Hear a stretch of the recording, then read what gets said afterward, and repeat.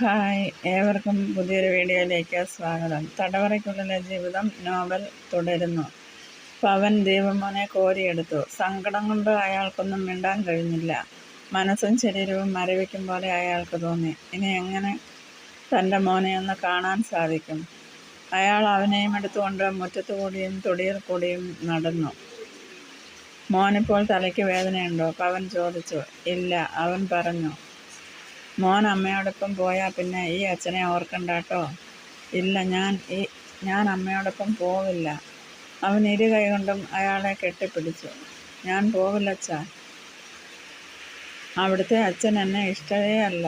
എന്നെ വല്ലാതെ തല്ലും. ഇല്ല മോനെ ഇനി അവിടുത്തെ അച്ഛൻ തല്ലുകയേ ഇല്ല. അമ്മ മോനെ പൊന്നു പോലെ നോക്കും ട്ടോ.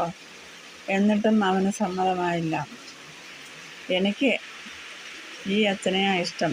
അവൻ പവൻ്റെ തോളത്തേക്ക് മുഖം ചായച്ചു.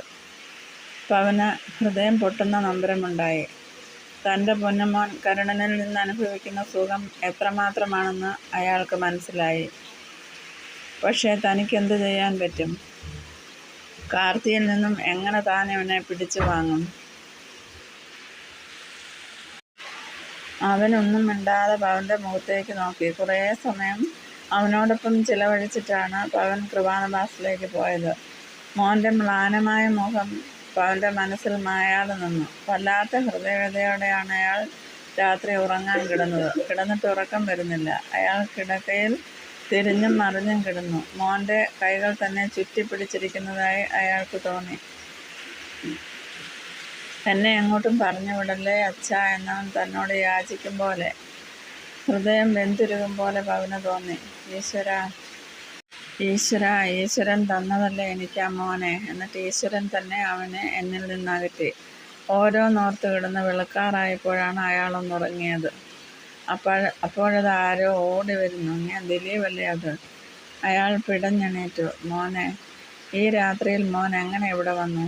ഞാൻ അച്ഛനെ കാണാൻ വന്നതാച്ചാ, അവൻ കിതപ്പോടെ പറഞ്ഞു. ഈ രാത്രിയിൽ ഒറ്റയ്ക്കോ? അമ്മ കാണാതെ ഞാൻ വന്നതാ ഇങ്ങോട്ട്. അല്ലെങ്കിൽ അമ്മ നാളെ എന്നെ കൊണ്ടുപോകും മറ്റേ അച്ഛൻ്റെ അടുത്തോട്ട്. എൻ്റെ പൊന്നുമോനെ. അയാൾ കുട്ടിയെ വാരിപ്പുണർന്നു. അപ്പോൾ കേട്ടു ഒരു പൊട്ടിച്ചിരി, കൂടെ ഒരു ചോദ്യവും.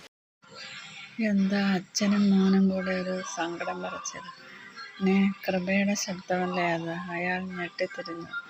അപ്പോഴിതാ തൊട്ടുപിറകിൽ കൃപ നിൽക്കുന്നു.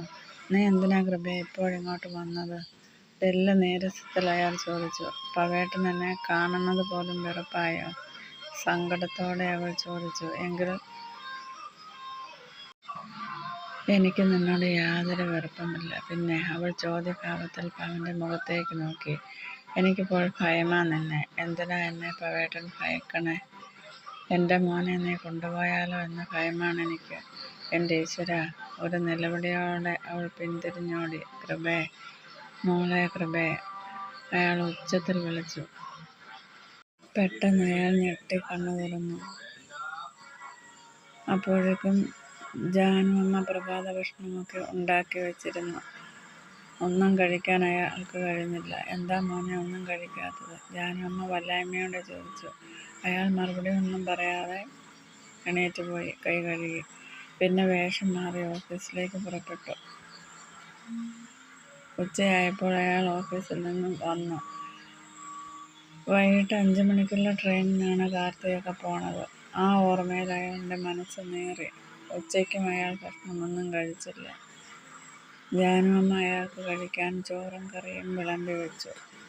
പക്ഷെ അയാൾ അവിടേക്ക് ചെന്നതേയില്ല.